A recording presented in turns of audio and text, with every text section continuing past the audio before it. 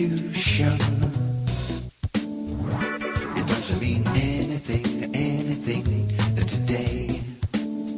We live in a mental institution. 'Cause everything's crazy, crazy, crazy. They're doing away with borders. It's a new world. It's a new day. There is a new world order coming to your town. You better get ready. You better get ready. It's a new day. It's a new day. It's a new day. New day. It's a new way.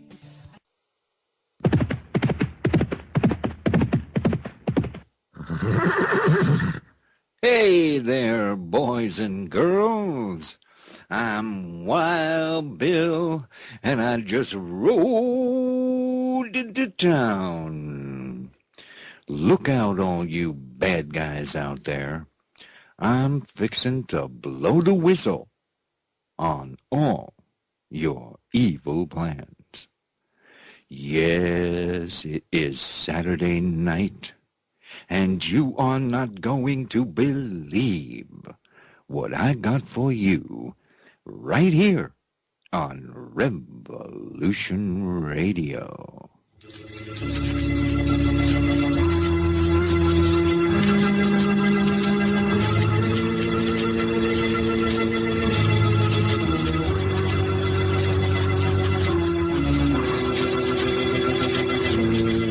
Who knows what evil lurks in the hearts of men? The shadow knows.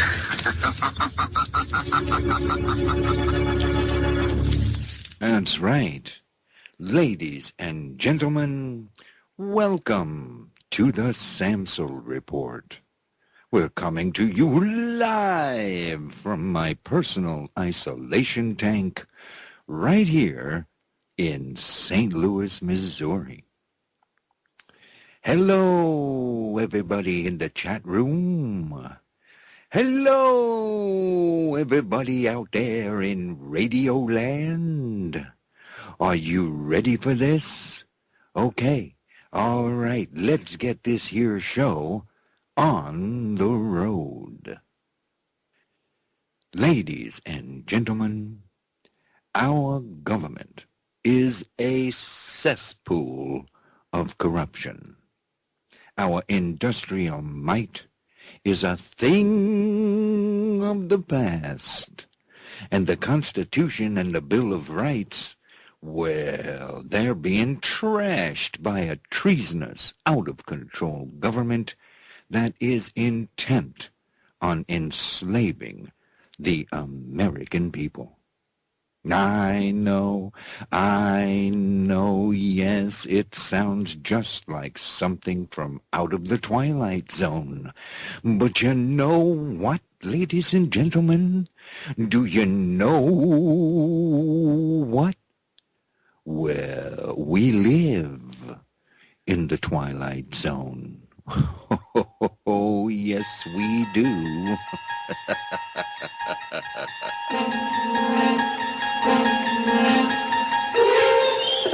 You're traveling through another dimension, a dimension not only of sight and sound, but of mind. You're moving into a land of both shadow and substance. You are bombarded by the conditioning illusion projected forth by corporate and government-controlled mass media. A world of mind-controlled automatons, unable to think or speak out or stand up for themselves. You're entering a world where everything is just the opposite of what you think it is.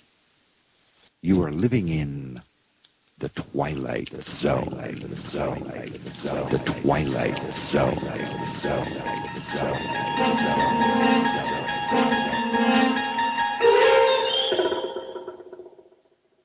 Oh, yes, indeed. We live in the Twilight Zone, ladies and gentlemen. The mainstream media is a weapon being used to control and dumb down the American people. Even as they are raped financially, their rights and liberties trampled upon, and America destroyed by design. Oh, man. Now, it's time for an important message, especially for you listeners out there. Oh, yes, because this here program on Revolution Radio is listener-supported. That's right, and that means you, ladies and gentlemen. If you like this here network, and if you like this here program, well, then please send us money. That's right. Now, we don't want a whole lot of money. Oh, no. All we want is whatever you can spare. That's it. So please help fund this broadcasting network. And let me tell you something, ladies and gentlemen. You need this here broadcasting network. Revolution Radio is the voice of truth and freedom that you won't hear anywhere else. So please help support informative, entertaining, fabulously original, innovative, cutting-edge, enlightening, mind-expanding, and awe-inspiring programs just like this one. Oh, yes, it is Wild Bill's Headline Roundup, and it is heard only on Revolution Radio. So please send us money. Okay? All right? It is the Samsel Report. Yes, the Samsel Report. The amazing answer to mainstream media mind-washing. Oh, yes, just one simple dose of the Samsel Report has been found to instantly cause anal discharge of cranial obstruction. How is that possible? Well, the Samsel Report is the only show that contains humor as its primary active ingredient. Yes, sheeple can experience dramatic results within 2 short hours, and the effects of Wild Bill's sarcastic wit can last for days. Oh, yes, it is the Samsel Report, and it is heard only on Revolution Radio.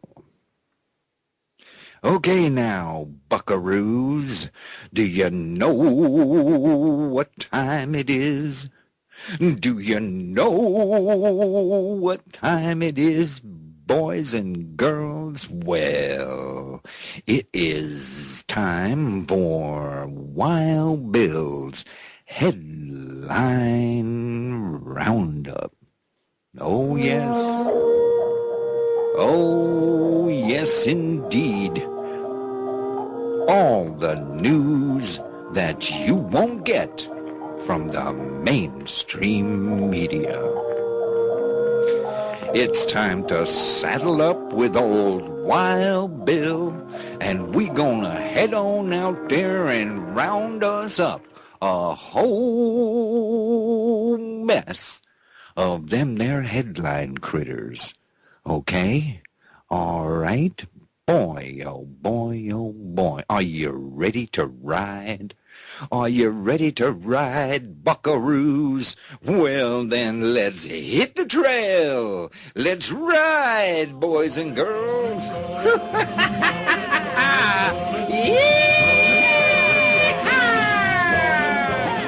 Hi-ho, sweetheart! Away! Oh, man, oh, man.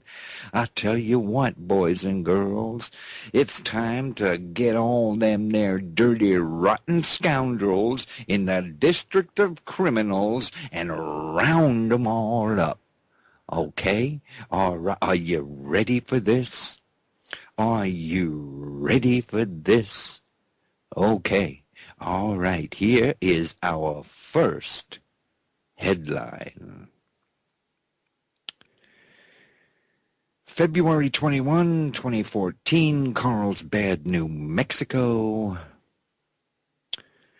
New information from lab tests and U.S. Department of Energy reports indicate that the actual release of radiation from the waste isolation pilot plant in Carlsbad, New Mexico was 14,400 times more than previously thought, with 11,000 becquerels per cubic meter of plutonium-239 released into the air.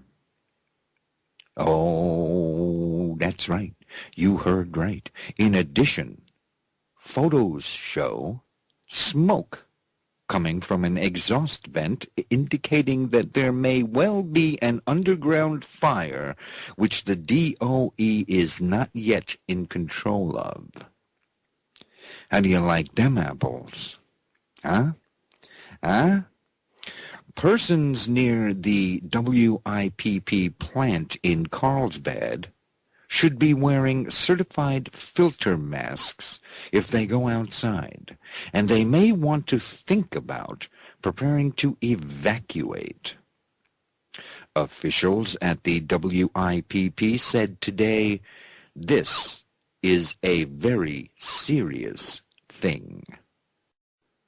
Oh, yes. New information obtained from lab test results indicate people near the site in New Mexico were inhaling at least 1 trillion plutonium atoms every 3.6 hours, based on a measurement taken 1/2 mile away from the incident.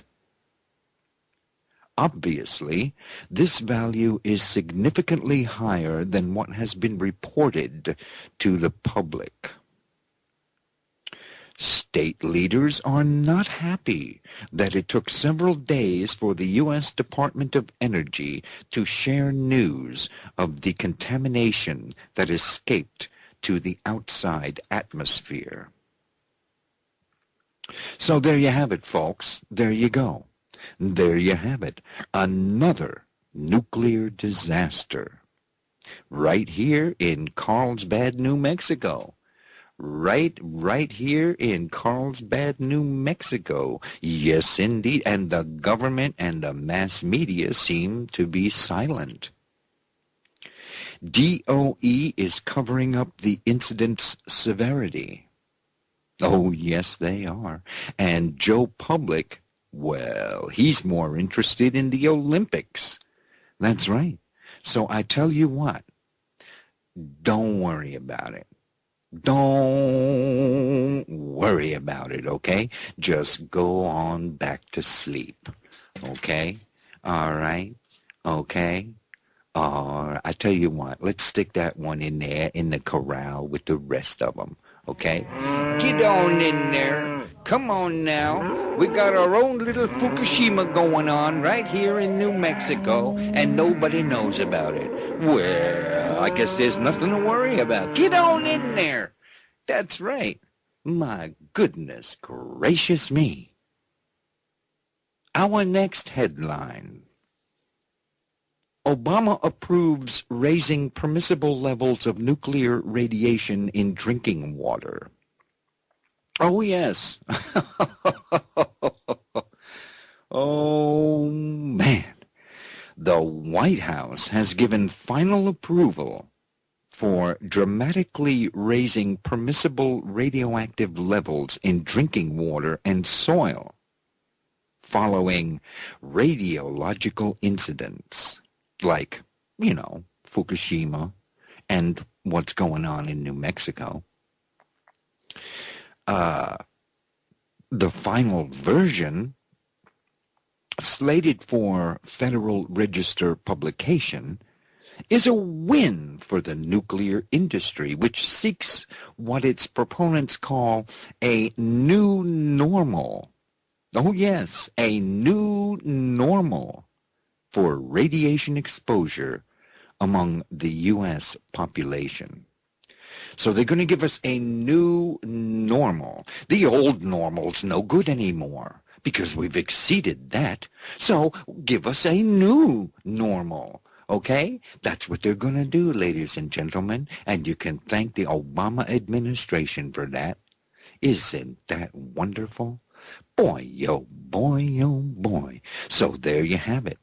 That ought to solve the problem of nuclear pollution of the air, land, and sea, right? That ought to solve the problem, especially after Fukushima.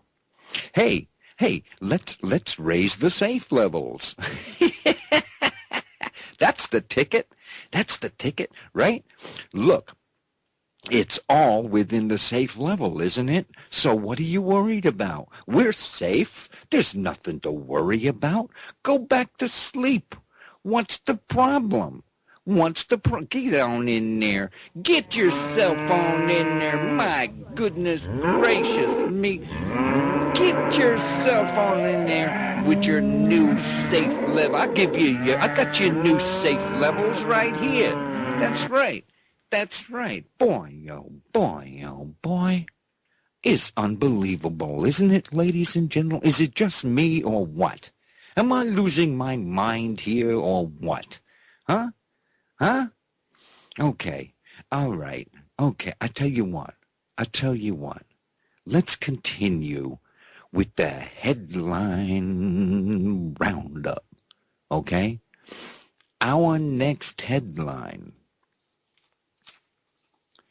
Newt Gingrich urges delusional Kerry to quit over global warming speech.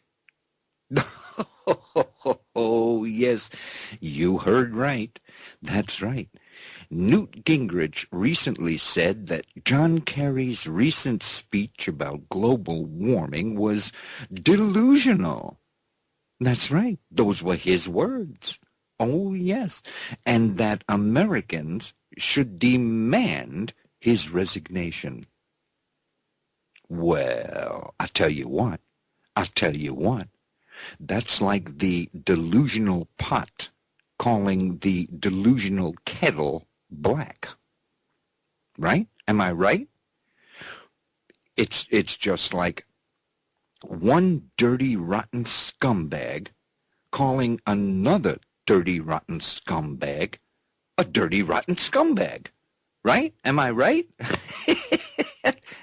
What we got here is one despicable, traitorous piece of filth calling another despicable, traitorous piece of filth a despicable, traitorous piece of filth. Am I right? One globalist New World Order dirtwad calling another globalist New World Order dirtwad a globalist New World Order dirtwad. Are you with me? Do you get the picture? Huh? Are you following me here? I tell you what. I know where that one belongs. You know where that one belongs? How about right down the old porcelain commode? Right down the old porcelain receptacle. There you go. There's Newt. There goes Newt. There he goes. Okay. All right. Boy, oh boy, oh boy. boy. Man, oh man. Let us now continue with Wild Bill's headline roundup. Okay? Okay. You're riding with Wild Bill's Freedom Posse. That's right. That's right. You're riding with the Freedom Posse. Oh, yes. Oh, yes. This is the Samsel Report. Wild Bill's headline roundup. Our next headline. Are you ready for this? Here it comes. Here it comes. Johnny Carson's head writer, that's the guy who was the head writer for Johnny Carson. Well, he says Leno was ditched. He was fired over his Obama jokes. Okay? All right? That's right. Johnny Carson's head writer, Raymond Siller, hinted that NBC may have replaced Jay Leno with Jimmy Fallon on The Tonight Show due to Leno's increasing tendency to crack uncomfortable jokes at Barack Obama's expense.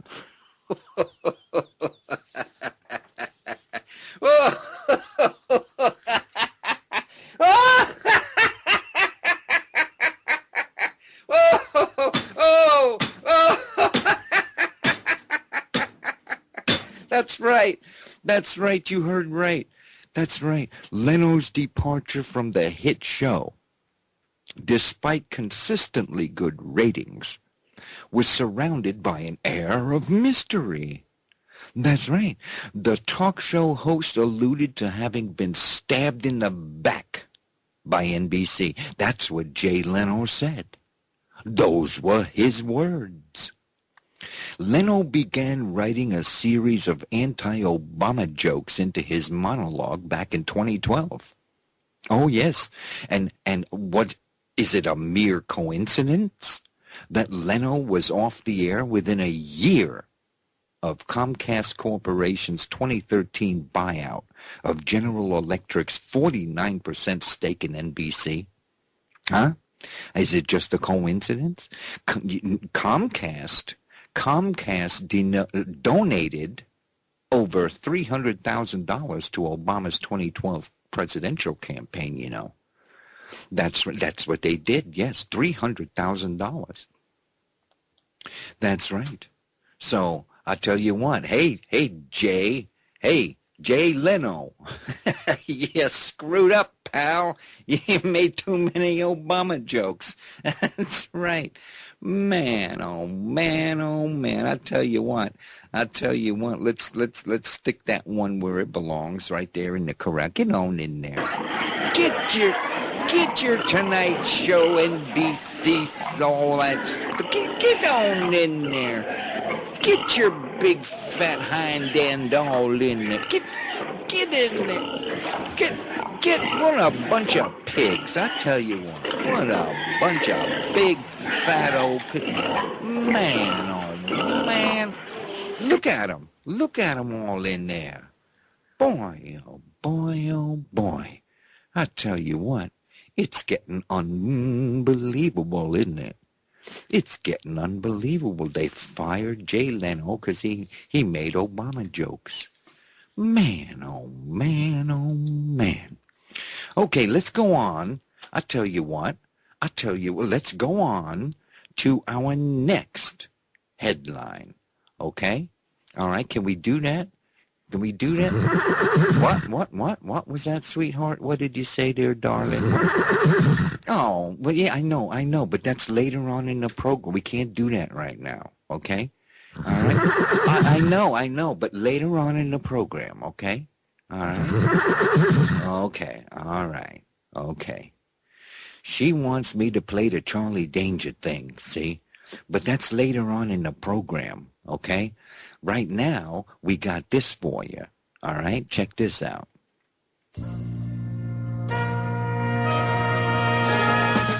Yes, It's Charlie Danger, Private Detective. Charlie Danger, Defender of the Constitution. And now, Charlie Danger, Private Detective.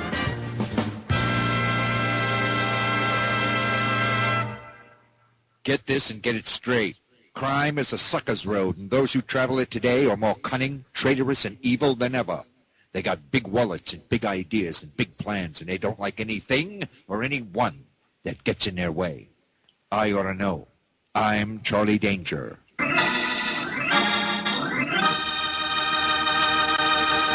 It was a cold and windy day as I sat behind my desk in my cozy little office waiting for a phone to ring that lately hadn't been ringing enough.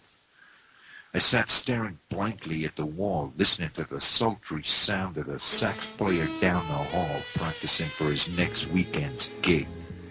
I was trying to decide if I should get up and fix myself yet another drink.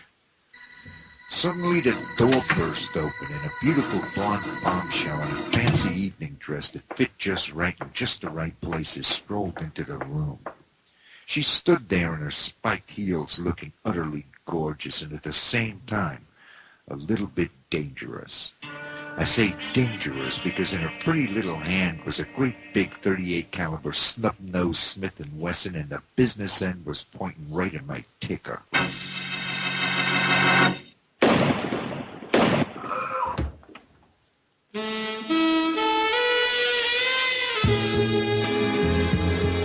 Yes, there are now 4 Charlie Danger adventures to choose from.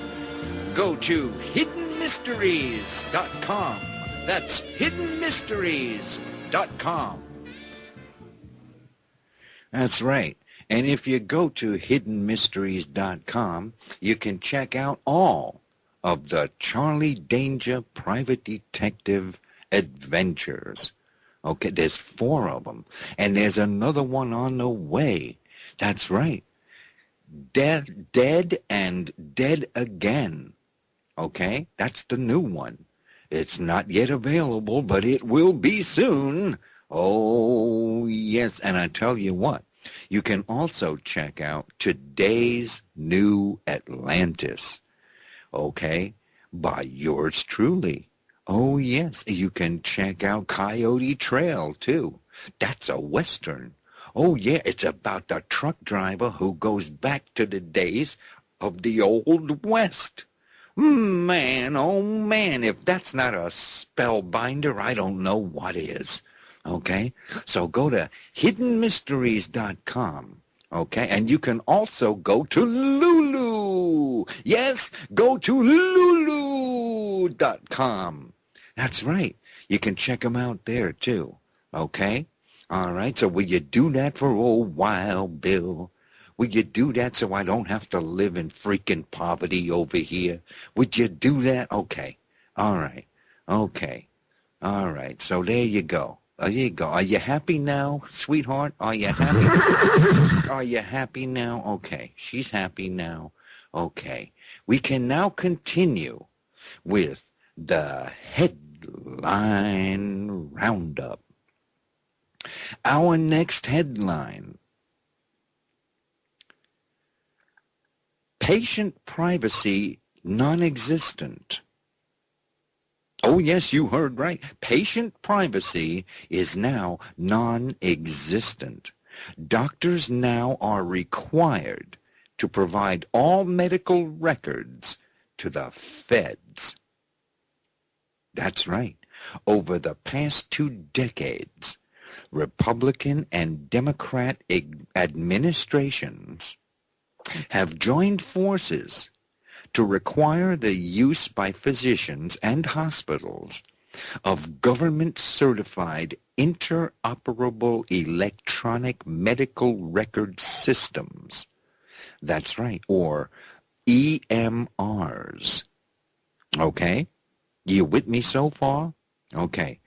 These online record-keeping systems will send personal patient information collected by all participating providers directly to the centralized office of the National Coordinator of Health Information Technology. Now, this is a newly created government agency whose job is making the medical records of all American people instantly accessible to any qualified agency or agent. Okay? All right? Are you with me so far? Okay. All right. Yes, it's just one more way that your privacy is being rendered non-existent by the federal government. Oh, yes. Doctor-patient privacy? Well, that's old hat. That's obsolete. It's a thing of the past. Just type in your number and your entire life's medical history pops up on a screen. Isn't that great? Isn't that wonderful? The wonders of technology never cease to amaze me. That's right. Man, oh man, oh man. That's right. That's right. And probably it'll be for you animals as well. That's right. For all the veterinarians, right? Oh, now don't complain. Don't complain. It's new. It's hip. It's the modern thing, right? Right? Am I right? Man, oh man, oh man. I tell you what, we live in the twilight zone, ladies and gentlemen. We live in the twilight zone. My goodness gracious me, I tell you what. Is it me, ladies, and am I losing my mind? Am I just losing it here? Huh? Okay, I tell you what. Let's go on with the headline roundup. Okay? All right? Our next headline. Food stamp use among troops skyrockets during the Obama administration. Oh yeah, you heard right. You heard right. Food stamp redemption at military grocery stores, or they call them commissaries, has nearly tripled since the beginning of the Great Recession. That's right, topping out at 103.6 million in fiscal 2013. That's from 31.1 million in 2008, when the Great Recession began. Okay? That is according to data from the Defense Commissary Agency. Okay? All right? And that's all as it should be, I think. Don't you? That's as it should be. What's good for the general population should also pertain to those in the military as well, don't you think? I mean, if we pay more, so should they, right? Right? If Joe Public needs food stamps to feed his family, well, so should those in the military, don't you think? Don't you? It makes sense to me. Food stamp usage in general has tripled since 2008.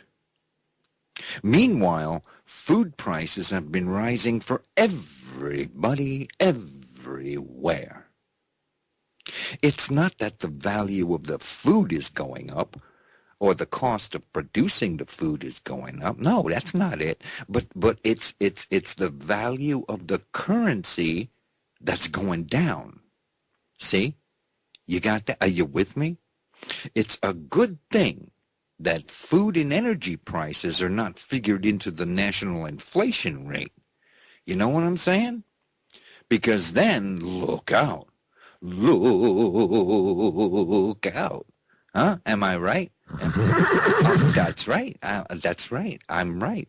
So I tell you what, let's take that one and stick it right in the corral where it belongs. Get on in there. Get yourself on in there. What's your problem? What's with the food stamps going all over the place? Get on in there, you... I tell you what. Man, oh man, oh man. Okay, here's the good news. This is the good news. The good news is right here. I got it right here for you. Okay? Are you ready for the good news? Huh? Okay. All right. Here comes the good news. Okay? Here's the good news. Okay? Our next headline. Another J.P. Morgan bankster leaps to his death.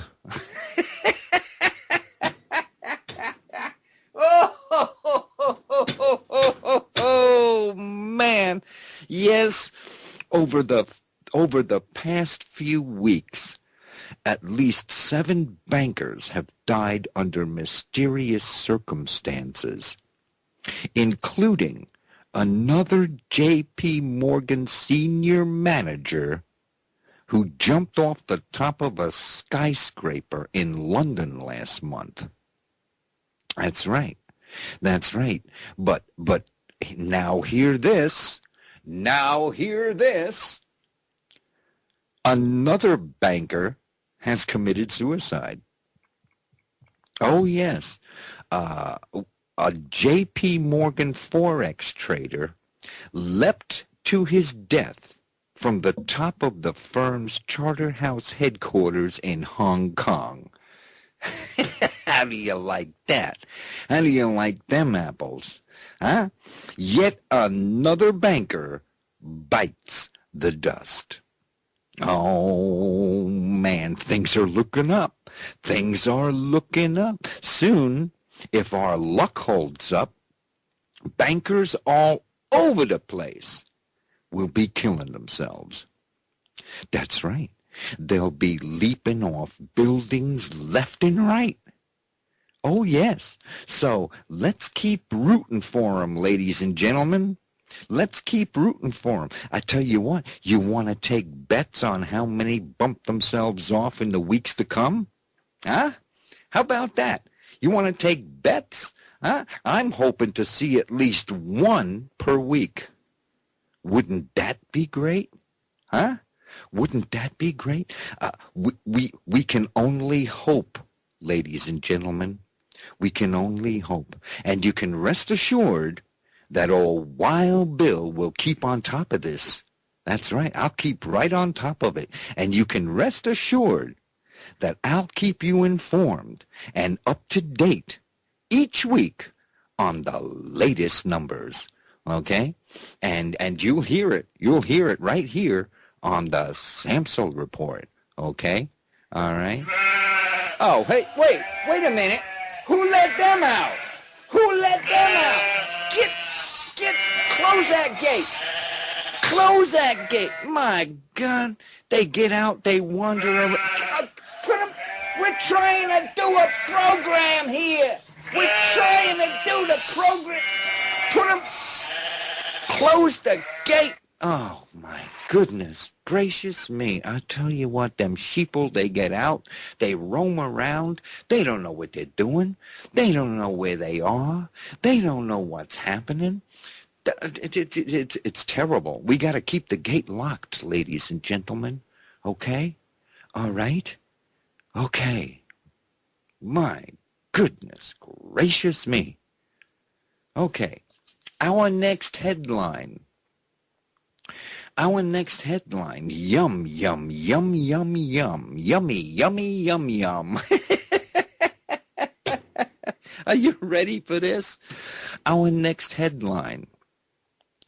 Human DNA traces found in burger meat. Oh, yes. Oh, yes, you heard right. Oh, yes. There's no telling what is really in that ground beef in your refrigerator. Oh, you never know what's in that ground beef in the refrigerator. Man, oh man. That hamburger you just ate at the fast food joint, there's no telling what's in there. Traces of horse meat has been found. Oh yes, traces of horse. That's right. That's right. Traces of horse. I know. Traces of horse meat have been found in ground beef around the world. Oh yes. Oh yes. I know. Okay, I know. I know. Several tests of ground meat have turned up human DNA. How do you like them apples? What do you think of that? Huh? Huh? Burgers, tacos, and other fast food products containing ground meat, that's ground beef, or ground chicken, are likely to contain traces of human blood. Oh, yes. Because slaughterhouse workers frequently cut themselves. They cut themselves frequently. That's right. That's right. Or small fragments of hair, saliva, or fingernails wind up in the ground beef. So when they do tests, it turns up human DNA. So I tell you what, you better watch out. You better not cry. You better not pout.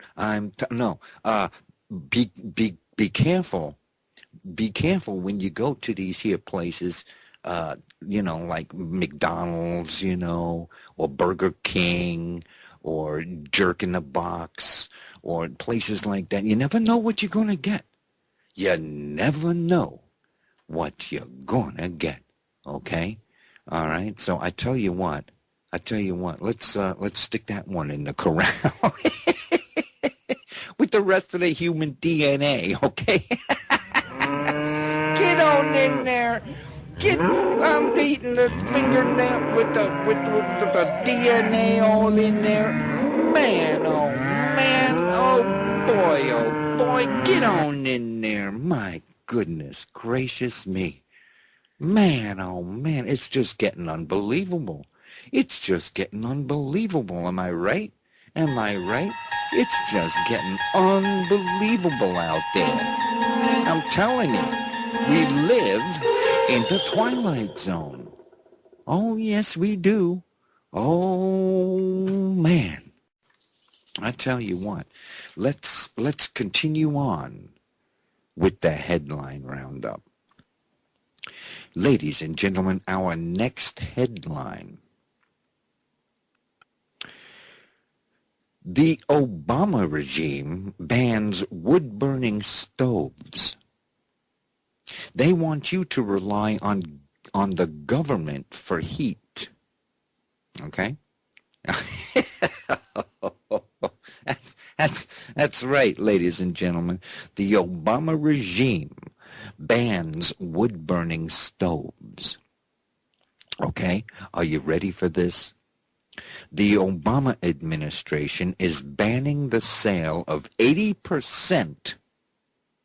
Oh, yes, you heard right. That's 80% of wood-burning stoves. Now, they claim that the stoves pollute the environment. Okay? Are you with me so far? Okay. By banning wood-burning stoves, Obama will increase the price of coal and oil even more.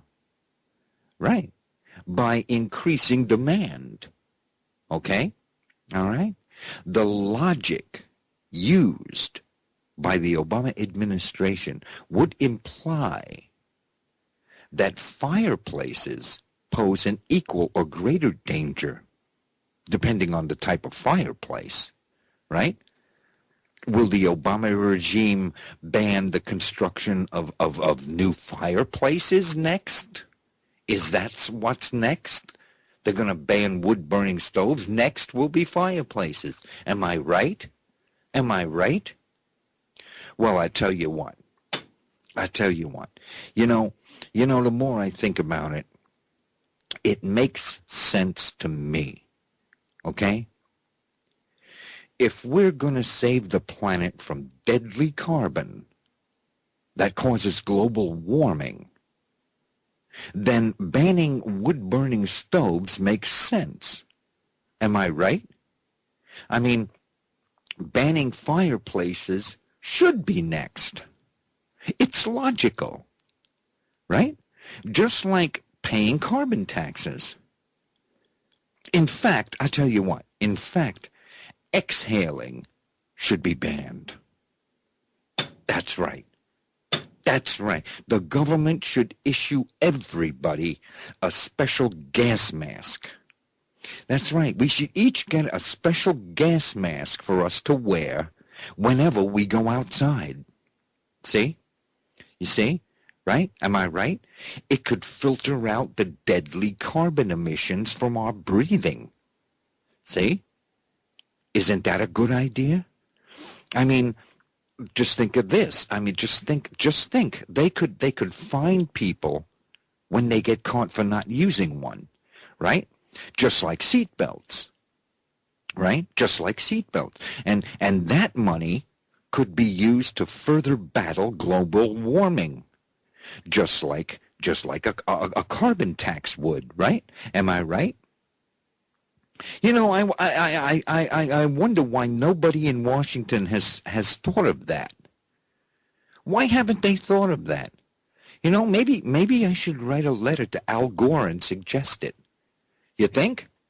You think maybe I should write a letter to Al Gore and maybe get on in there. There it goes. Just flush that right down the old porcelain. Flush it on down the old porcelain commode. I tell you what, let's put it out of its misery, okay? Let's put it out of its misery. Here you go. There you go. Here, again. Oh, wait a minute. No. Hold on. We don't do that no more. Hold on. Hold your horses. Hold on. Let's put that out of its misery, too.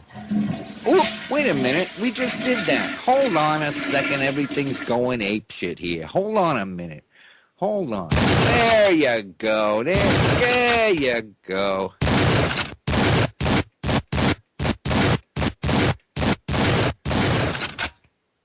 Okay. All right. There you go. There you have it. There you go. Okay? Wood-burning stoves are a no-no. Okay? Pretty soon it'll be fireplaces. Hey, it's progress, right? Am I right? It's progress, right? Okay. All right. Okay. I tell you what, let's move on with the headline roundup. Okay? All right, let's continue on here. Here's one. You're going to love this one. Okay, you're going to love this one. Are you sitting down? Okay. All right, because I want you to fall down when you hear this next one. Okay? All right. Here it comes.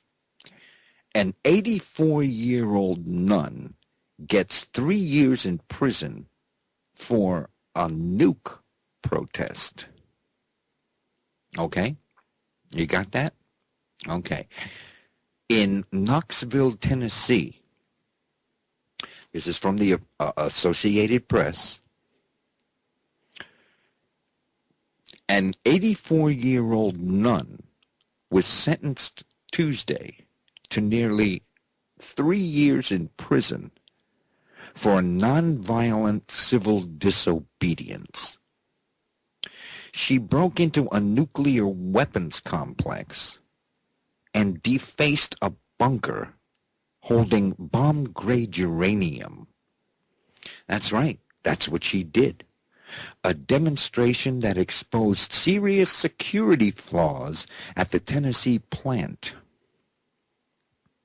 That's right. She said God was using her to raise awareness about nuclear weapons, and she viewed the success of the break-in as a miracle. That's right. That's right. She said, I was acting upon my God-given obligations as a follower of Jesus Christ. That's what she said. That's what she told the U.S. District Judge. Okay? The judge said he wanted her punishment to be a deterrent to other activists. Okay? I swear to God, I don't make this shit up, ladies and gentlemen. Here we go. Get on in there. Get on in there. My goodness gracious me. Oh, man. Oh, man. Oh, man. I tell you what. Is it me, ladies and gentlemen? Is it me or what? Huh? Am I losing my mind? You know, sometimes I sit here before the show goes on, and I say to myself, my God, man, you're losing your freaking mind. You gotta be kidding me. This stuff is unbelievable. Well, yes, it is. Yes, it is, ladies and gentlemen. It is absolutely, totally unbelievable. So, I tell you what, man. I tell you what. Are you having a good time? Are you having a good time out there?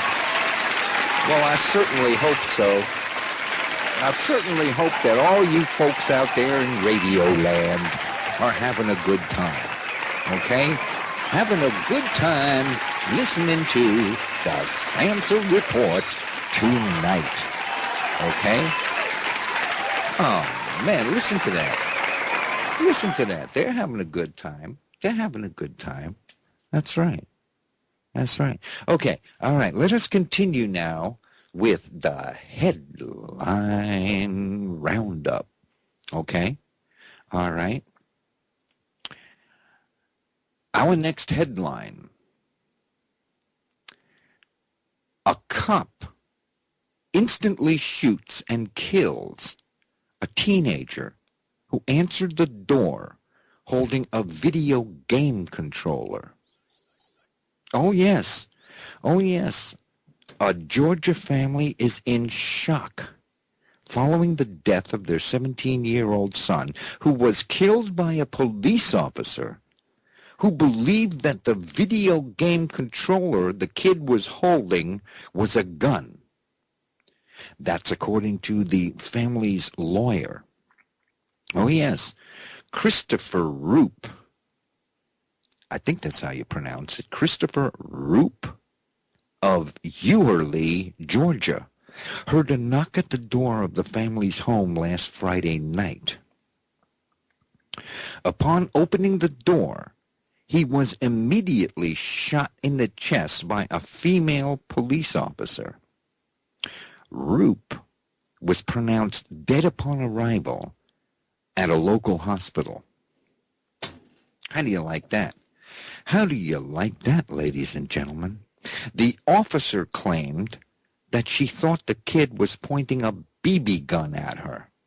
Now, how do you mistake a video game controller for a BB gun? I mean, it's totally unbelievable. Ladies and gentlemen, I tell you what, we live in the freaking Twilight Zone here. What is it with these cops? What is it with these people? My God, what is it with these people? I tell you what, it's unbelievable. It's getting unbelievable. I tell you what. Now, wait a minute. Uh-oh. Hold on. Hold your horses. I'm getting a psychic impression in my mind here all of a sudden.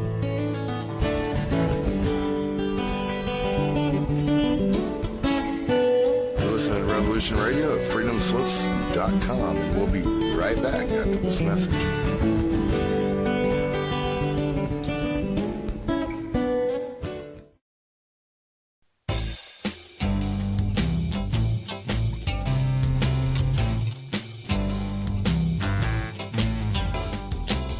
Madison Avenue mentality. Look out, it's gonna get ya, man, it's gonna get ya. It's gonna get ya, oh no, gonna get ya, oh no. Madison Avenue mentality.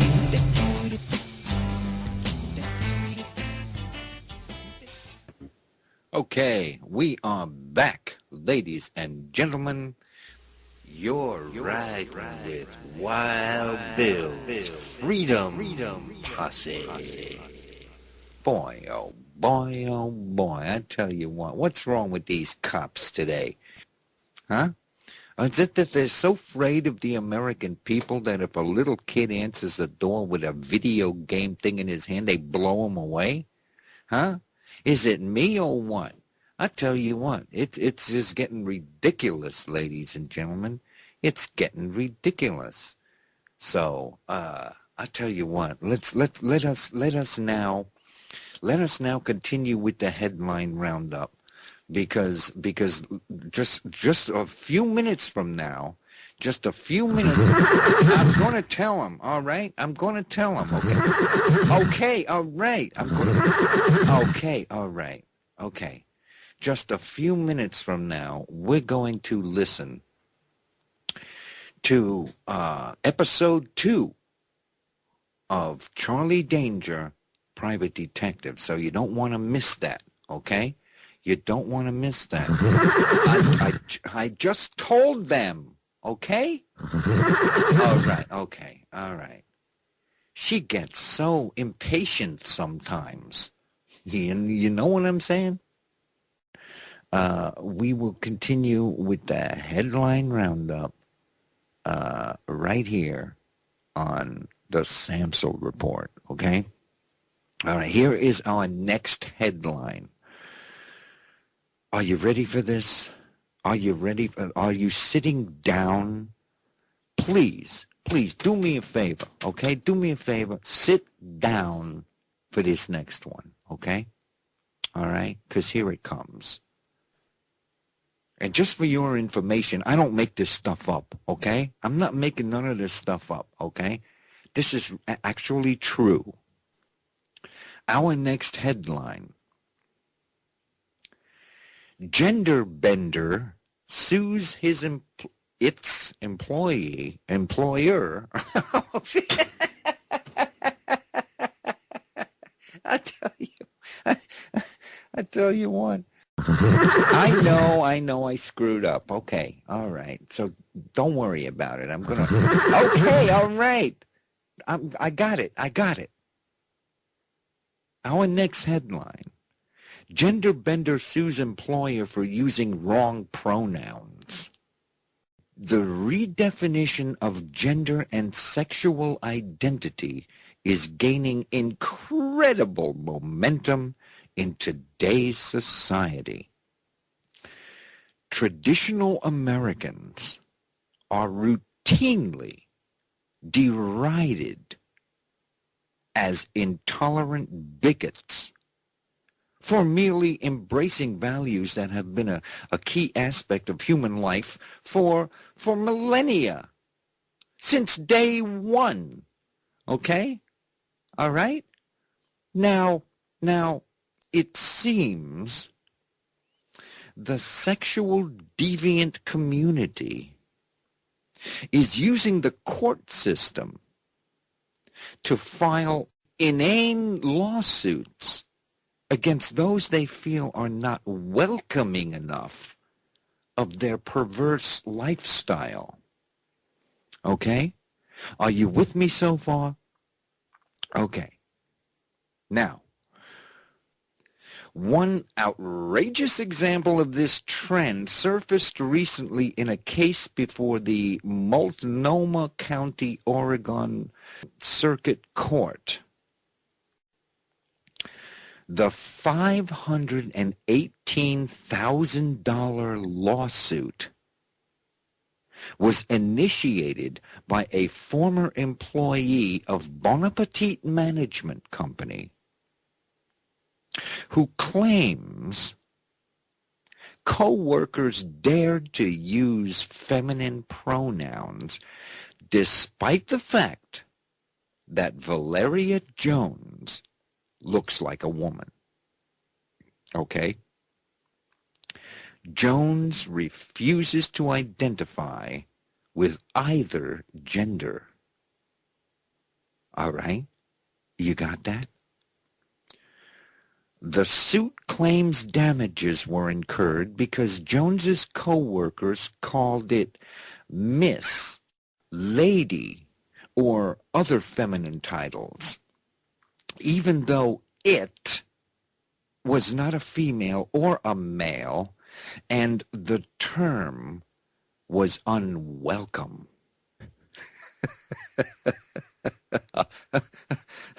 Apparently, the horror of being assigned a gender caused Jones $500,000 in worth of humiliation and suffering. Okay?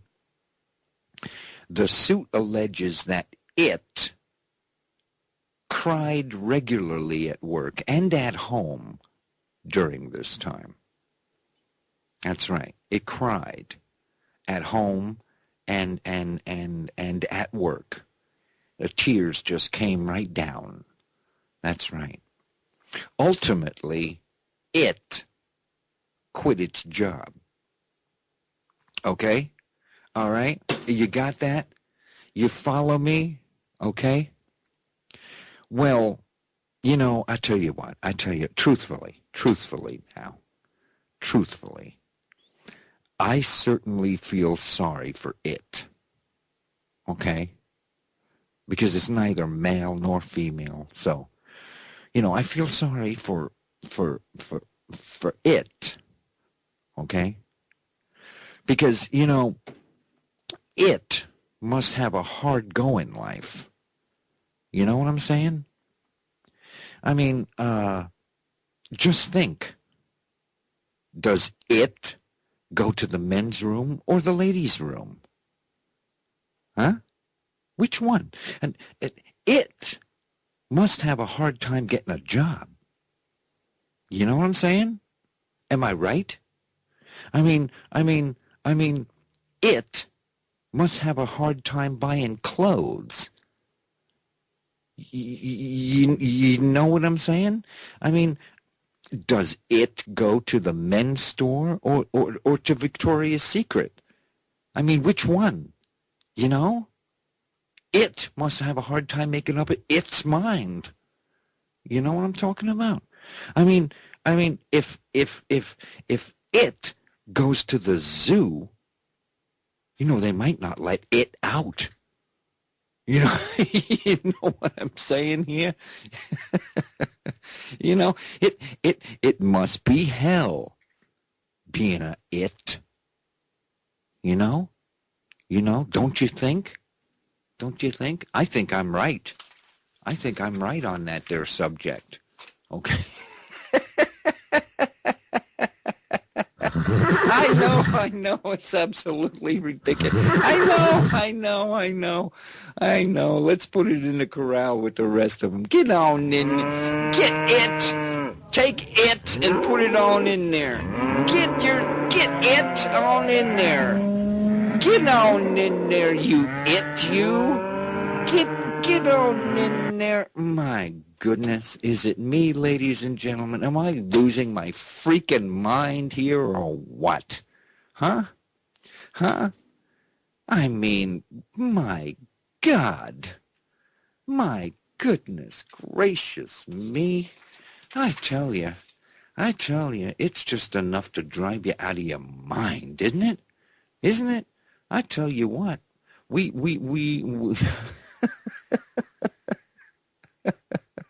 we live in the twilight zone. I swear to God, we live in the twilight zone, ladies and gentlemen. My goodness gracious me, we live in the twilight zone. Yes, we do. And that brings us to our next headline. Our next headline. Oh my God, are you sitting down? I made you.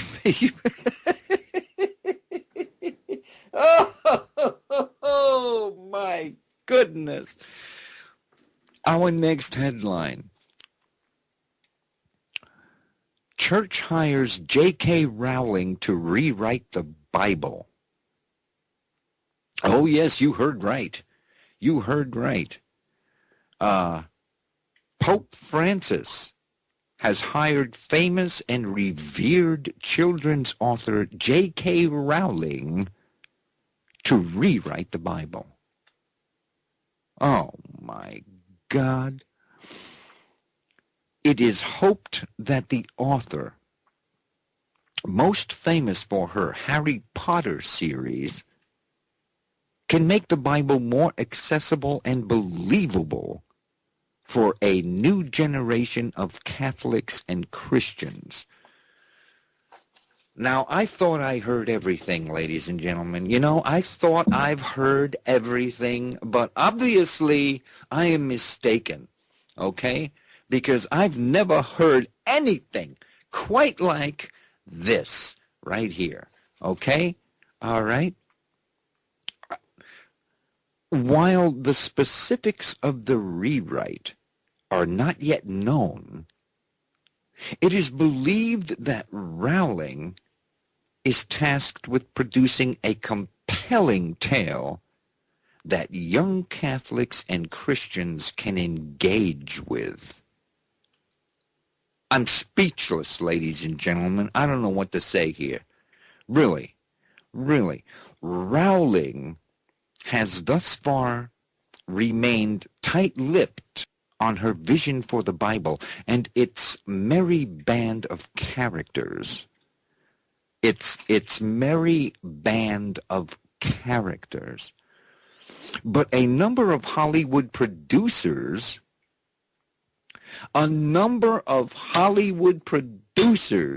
are in discussions to turn it into a movie. They're gonna turn it. My God! Oh, man, is it me? Am I losing it here or what? Can you believe this? They're gonna turn it into a movie. The Adventures of Jesus Christ. Have you ever heard of such a thing? My God, I'm speechless. You gotta be kidding me. My God. This can't be real. I don't believe this. I do not believe this. If this is real, I give up. I just give the hell up, ladies and gentlemen, if this is actually true. I'm telling you here, if this is true, I might as well go blow my freaking brains out right now. Okay? All right? Because this is totally over the edge. Okay? I mean, I'm a Catholic. All right? And here you got oh my God. You got Pope Francis hiring J.K. I'm speechless, ladies and gentlemen. I'm speechless. Okay? This is the Twilight Zone on steroids. Okay? It's like totally insane. I just don't believe it. I don't believe it. Get out of here. Get out of here with this stuff. Get out of here with this stuff. That one, ladies and gentlemen, that one definitely goes in the toilet. That one goes right in the toilet, I'm telling you. There it goes. There it goes. There you have it. There it goes. Here, give it another flush while you're at it. Give it another flush. Make sure it's gone. I want all traces of that one gone. Get rid of it. There it goes. There it goes. And I tell you what. Let's put that thing out of its misery. Okay? Put that thing out of its misery. In fact, here, unload the clip. Unload. There you go.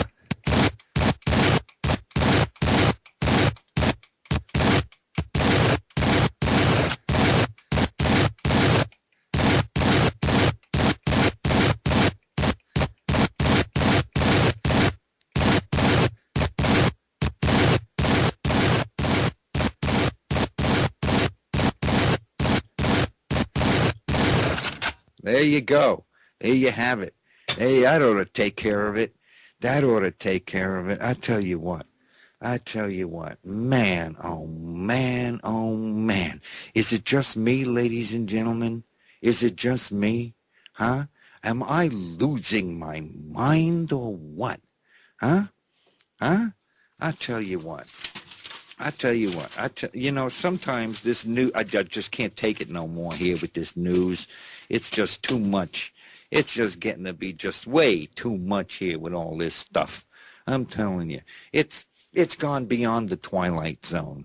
If it's at all possible to go beyond the twilight zone, well, yes, ladies and gentlemen, it's just too much. You know what I'm saying? Okay? You know what I'm talking about? Okay? All right?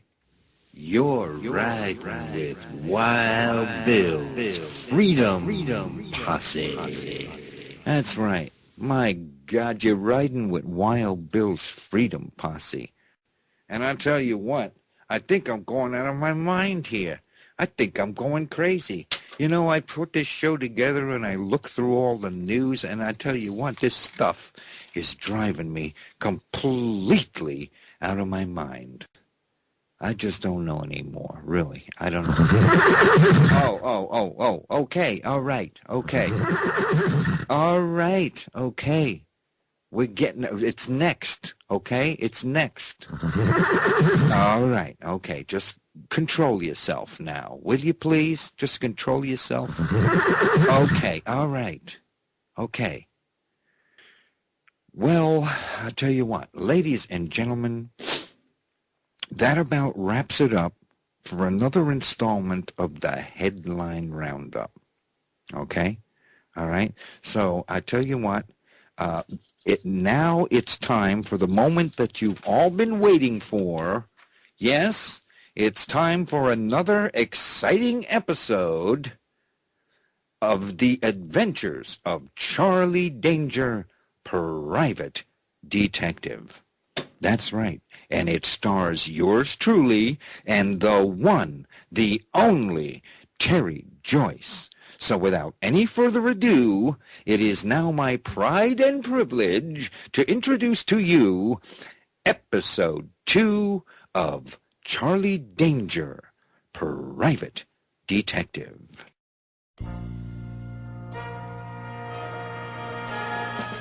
Yes, it's Charlie Danger, Private Detective. Charlie Danger, Defender of the Constitution. And now, Charlie Danger, Private Detective.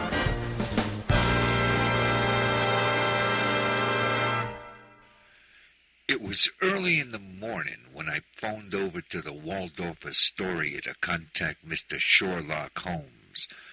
We agreed to meet at noon at the Grungy Skillet, a greasy diner over on 33rd Street. I locked up the Airstream, got in my Nash, and headed for my office, or what was left of it. I walked into the building and pushed the up button for the elevator. I looked around to see if I was being tailed, but there wasn't a soul in sight. The doors opened and I stepped into the elevator. It was then that I noticed a dead body lying on the floor in a puddle of blood. It was none other than Thomas Paine, with a copy of Common Sense stuffed down his throat.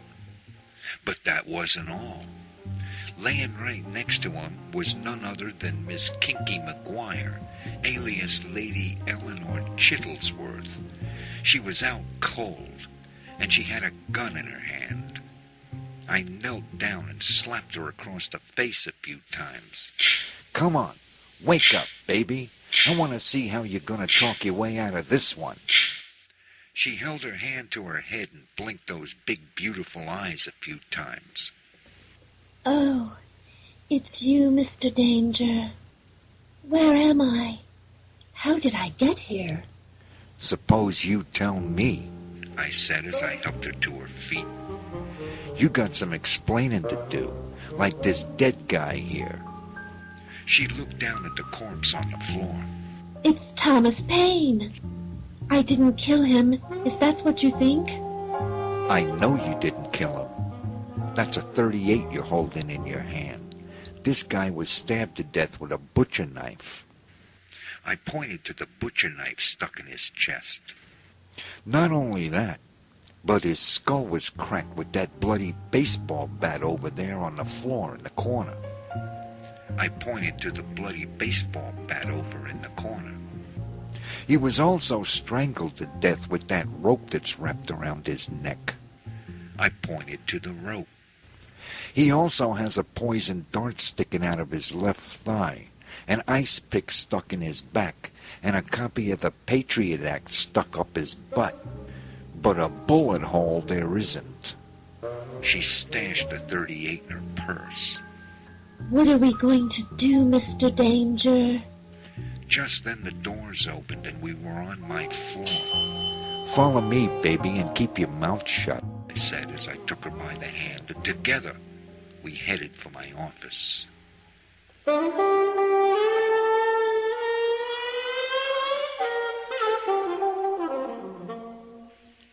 There wasn't much left of my office except charred ruins and splintered furniture, but the floor was intact, and that's all I really cared about.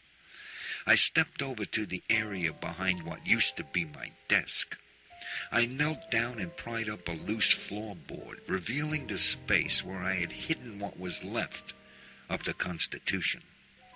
I crammed it into my pocket. Is that what I think it was? Kinky, baby.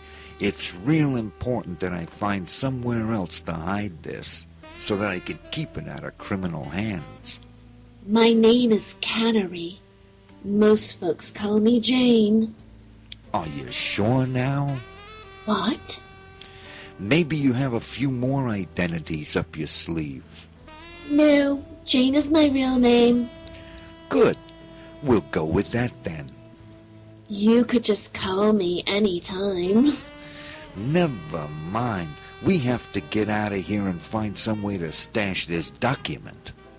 I've been trying to locate that document for the last 3 months.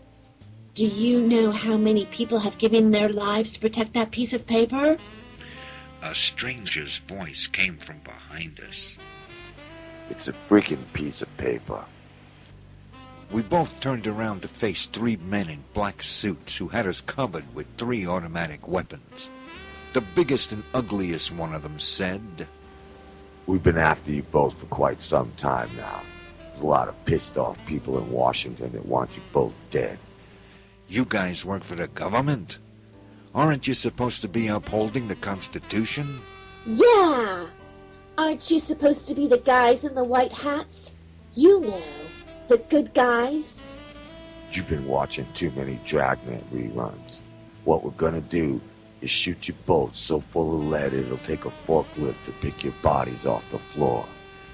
Like divine providence, at that very moment, a hand grenade came flying through the window and landed on the floor right in the middle of our little gathering. Our 3 new friends took one look at the fizzing pineapple and then scattered like roaches. Jane and I jumped for the window just as the entire room exploded in a blast of fire, smoke, and debris. Our 4-story fall seemed like slow motion, but fortunately, our landing was cushioned by the obese couple that we happened to land on top of. We jumped up and started running for the parking lot and my Nash convertible. Unfortunately, when we got there, we found the Nash enveloped in flames. Come on, Danger! My Hudson is parked on the other side of the lot. Within minutes, we were in her shiny new Hudson driving down 37th Street. I'm with the Constitutional Restoration Army of the People. The whole thing is way too deep for me to go into now, but we're trying to save the Constitution from those who would see it utterly destroyed. That's why the government wants it so bad. Are you saying that the government wants it so they can destroy it themselves? Look what they've done to it already. They want to legislate it out of existence. That's what the Patriot Act is all about. It was all starting to make sense. All the pieces of the puzzle were starting to come together, and I didn't like the picture it was beginning to reveal. The Patriot Act was shoved up Thomas Paine's ass. She looked at me like I was stupid. Look, if it's left up to them, they'll shove the Patriot Act up your ass, my ass, and everybody else's ass, too. She looked at me again with great big green pleading eyes. I need your help, Mr. Danger. I need to know you're on the right side. The side of Jefferson and Paine. The side of liberty and freedom. There was just something about her and the way she had come clean with me all of a sudden that made me believe her story. Okay, baby, you win. But we're going to need help, and I think I know just the guy for the job. She cast me a look of concern. Are you sure he can be trusted? I think this guy's on the up and up. Now look, here's the plan. It's now pretty near noon. I need for you to drop me off at the grungy skillet on 33rd Street. I want you to lay low until 1 o'clock, and then pick me up. You got that? She looked at me and smiled. Whatever you say, Charlie.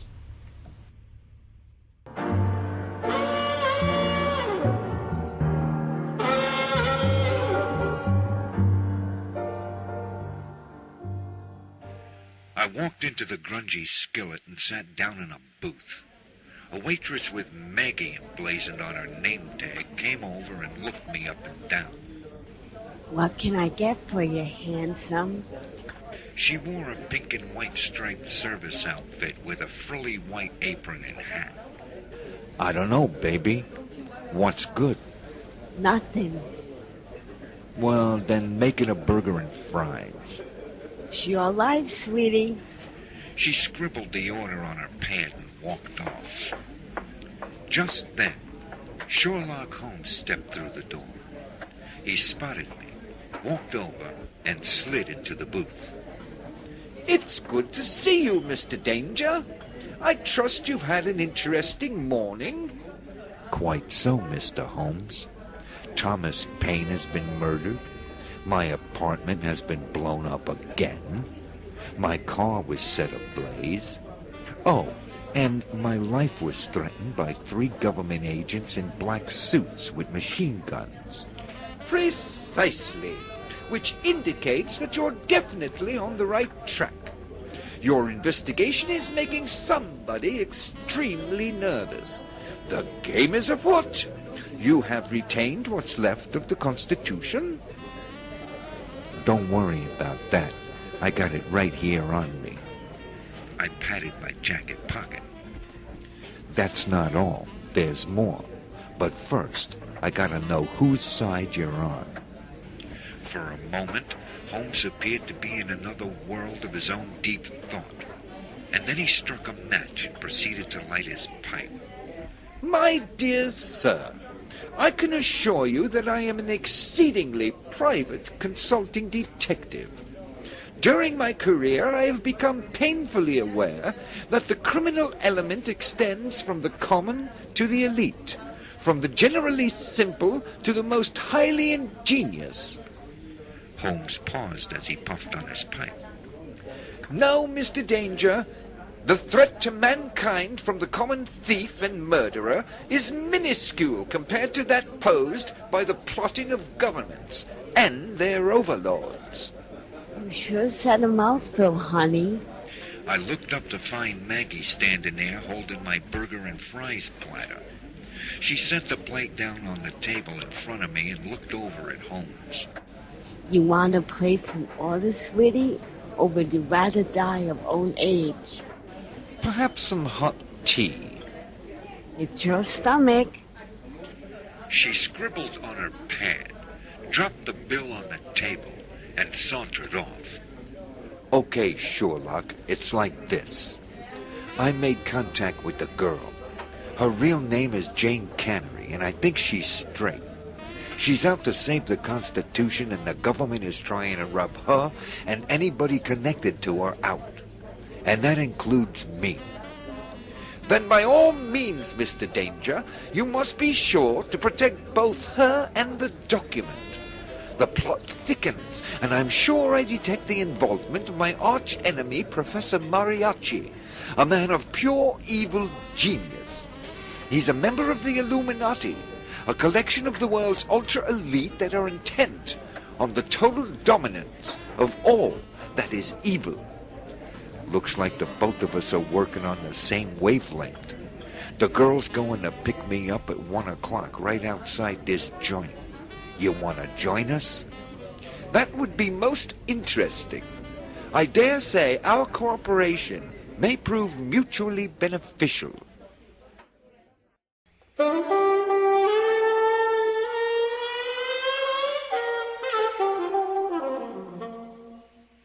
At 1 o'clock on the nose, James Hudson pulled up at the curb in front of the grungy skillet, and Holmes and I climbed in with me in the front and him in the back seat.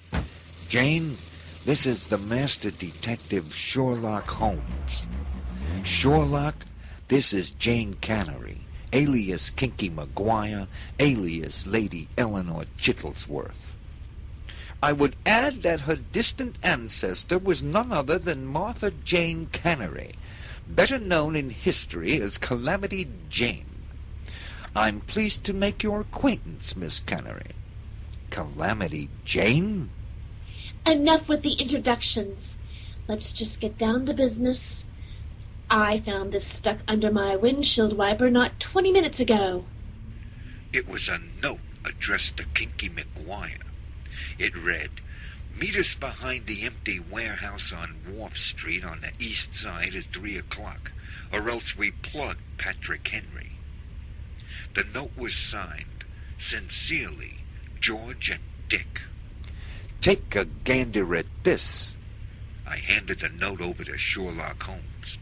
He inspected the note, holding it up to the sunlight. This note is written on cotton-based paper impregnated with polyvinyl alcohol, the same as used in the printing of money. Whoever wrote it is educationally deficient.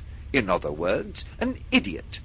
On the other hand, the one who signed it is of a particularly nasty disposition. I would say that it was sent by none other than your own ex-president and ex-vice president, George W. Bush and Dick Cheney. Looks like things are heating up. Head for Wharf Street, baby, and step on it. In a flash, Jane had the Hudson turned around and on its way to the east side. At 3 o'clock sharp, we pulled up by the loading docks behind a warehouse. Wait here, baby, and make sure you keep the motor running just in case. Cautiously, Holmes and I stepped out of the car. The place was certainly closed, shut down, unused. A few months ago, the place would have been bustling, but now all those people were out of work. Broken idle, they'd be sitting around hoping that government stimulus would save them, but it wouldn't. They weren't as big or important enough like the banker and Wall Street boys or the corporate kingpins. Suddenly a door squeaked open in front of us. Out stepped a man wearing one of them Western-style suits. He had a cowboy hat and boots. He carried 2 big suitcases, one in each hand, as he stepped over to where Holmes and I stood. It was none other than George W. Bush. I'm gratificated to meet you, Mr. Holmes, and similarly to you, Mr. Danger. Likewise, I'm sure, replied Holmes. You sure sound a whole lot like Tony Blair when you talk. Your level of intelligence is indeed quite remarkable, Mr. President, said Holmes as he offered his hand. Aw, shucks. I'm truly impressified. You know, I really feel regretulent that you boys are going to have to be dispossessed of. That is, lessen you each accept one of these here suitcases. Each one's got $10 million in it. They're both yours in exchange for the girl and the paper. You mean the Constitution? It's only a goddamn piece of paper.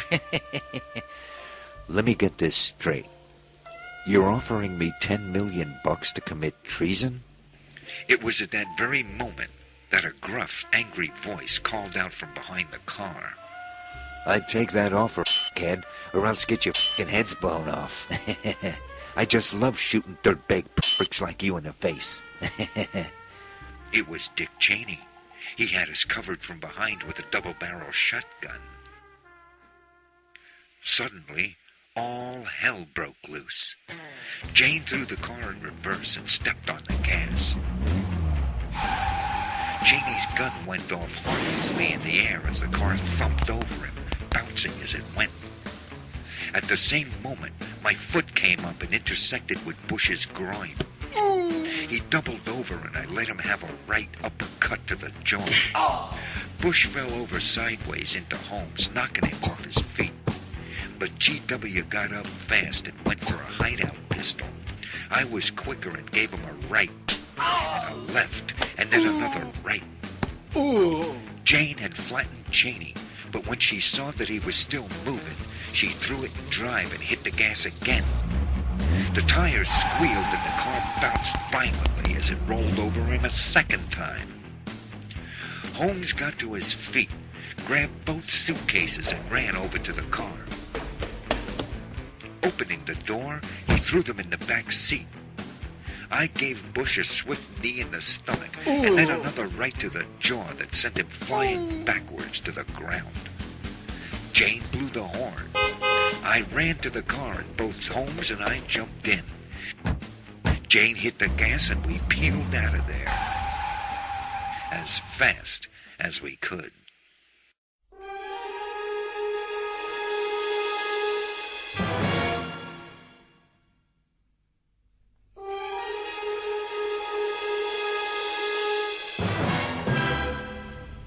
Well, that did it. Now we're in trouble. The Hudson squealed around the corner of 33rd Street on the way back to the grungy skillet. Those were two of the top dogs in the conspiracy ring. But there are others that are even higher on the totem pole that pulled all the strings. Yeah, well, they can get in line. We got $20 million that says they can kiss our collective asses. I think the word kill would be more appropriate. I should think that somebody is going to be quite upset with us. Our lives are in the utmost danger.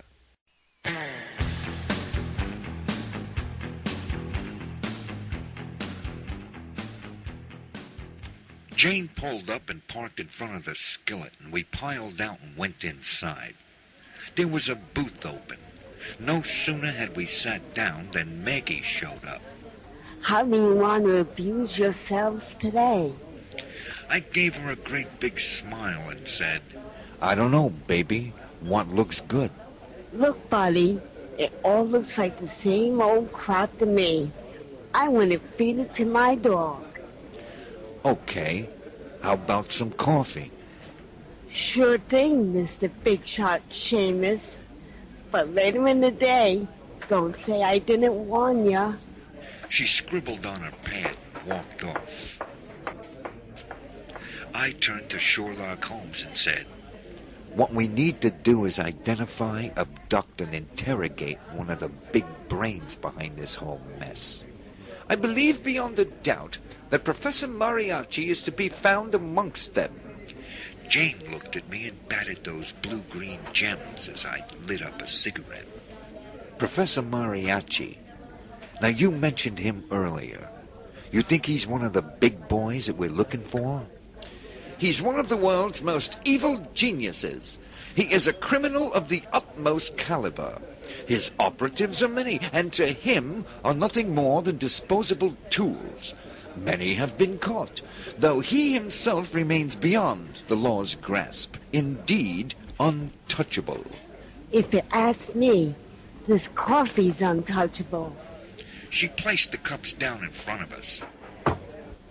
If any of you dudes want anything else, just let me know.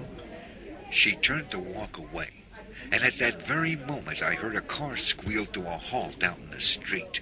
I reacted automatically. Get down! I yelled.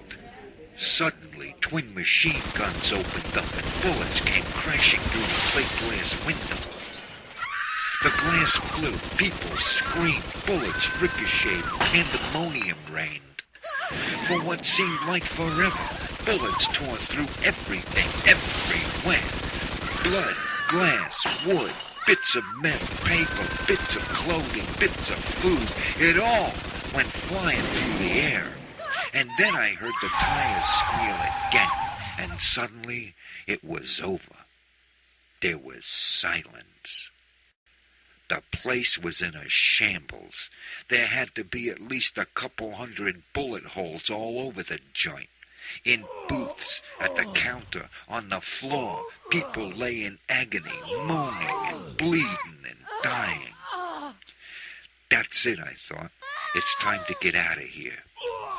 We crawled out from under the table and made for the door. There was a great commotion on the street as police cars and ambulances pulled up with their sirens blaring and their emergency lights flashing. We made our way towards the Hudson. The next thing I knew, I heard the scream of a man who came running at us wearing a belt full of explosives. You die! You die! He had a detonator in his hand, and his finger was on the button. Death to Charlie Danger! To Sherlock Holmes! Naked death came flying at us. You die! You die! In an instant, my gun was in my hand, and I let him have it.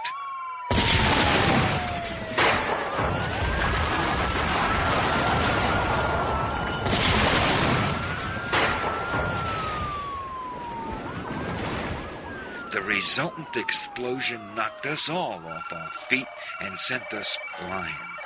It also took out 6 or 7 bystanders, a tree, 2 paramedics, their ambulance, a fire hydrant, and the car parked in front of our own. By the time we got back on our feet, chaos was in full bloom. So we climbed into the Hudson and got the hell out of there as fast as we could.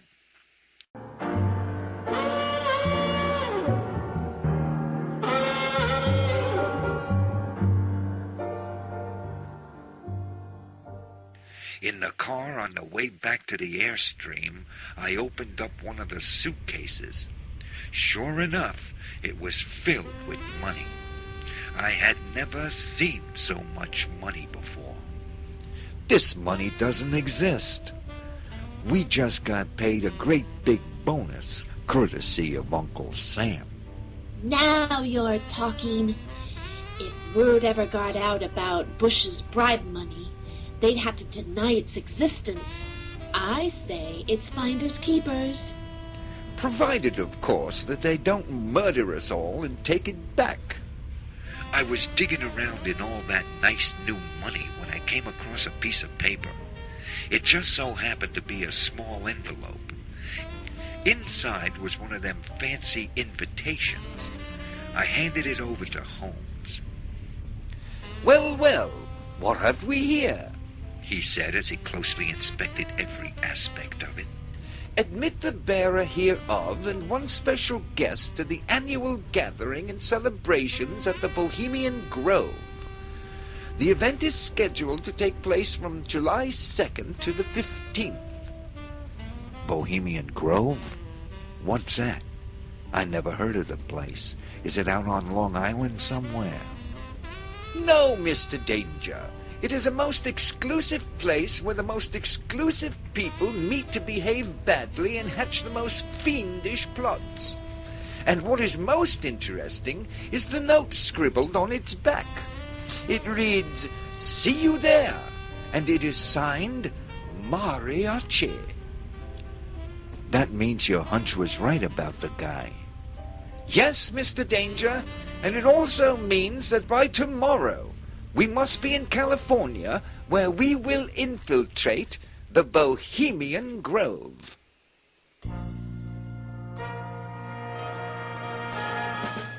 Yes, you've been listening to Charlie Danger, Private Detective.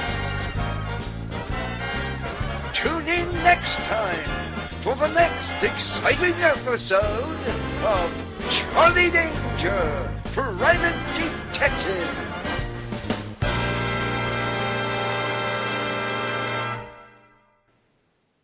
And so there you have it. There you go, ladies and gentlemen. That's right, the adventures of... That's right, the adventures of... That's right, the adventures of... All right, okay, the adventures of Charlie Danger, Private Detective. And we'll be broadcasting the next exciting episode of Charlie Danger, Private Detective, next week, right here on Revolution Radio.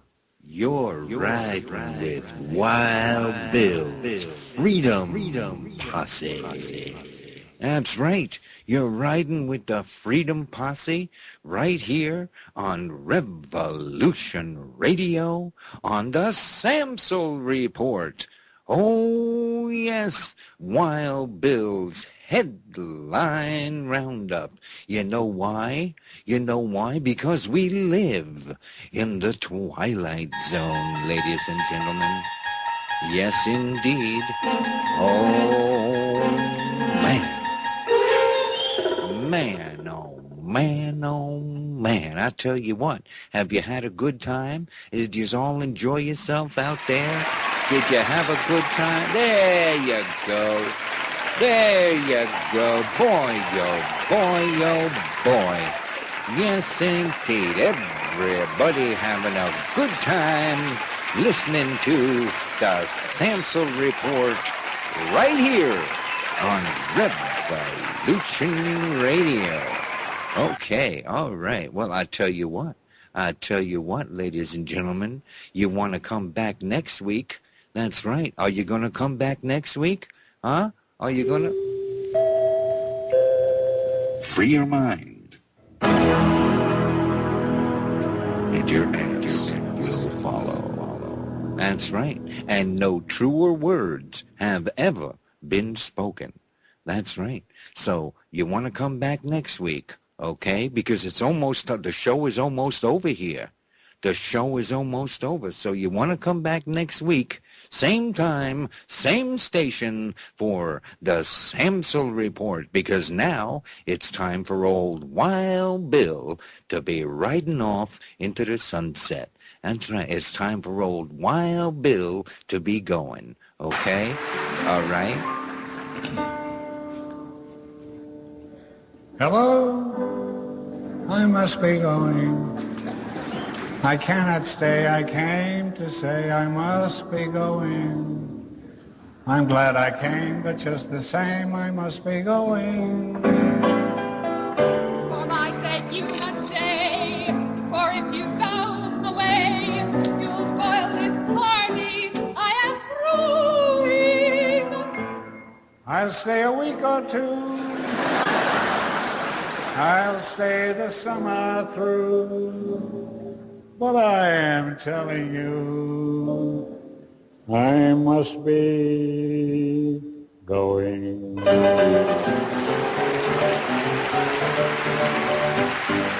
Oh, yes, it's time for old Wild Bill to be going, okay? So promise me now you're going to come back next week for for the Samsel Report, and also for the next exciting episode of Charlie Danger, Private Detective. Now hold on now. Hold on, I'm getting a psychic impression into my, that's right, I'm getting a psychic impression, that's right, I'm getting a psychic impression in my mind. That's right. I can tell the future when this happens because I know that the show is almost over. That's right, I know we're going to be going to the commercial break here any moment now. Any moment. That's right, I can tell. Can you tell? Can you tell? She can tell too. That's right. We're going to be going now. So tune in next week, okay? Because here it comes. Here it comes.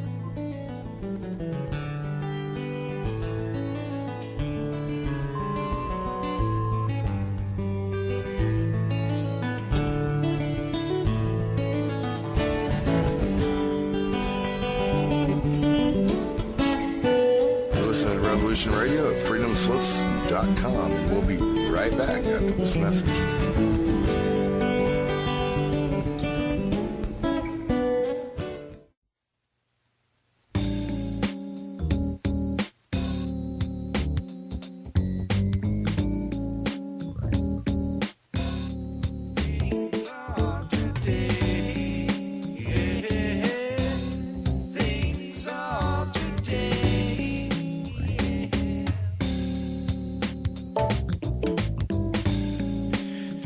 That make the rules, play you just like a fool, keeps you in ball and chain, and in ever-increasing pain. But as you realize that you've been believing lies and you've been hypnotized by television lights, they tell you day is night, they tell you wrong is right. But I say, how do you like the way things are today? The things are today. Do you like the way things are today?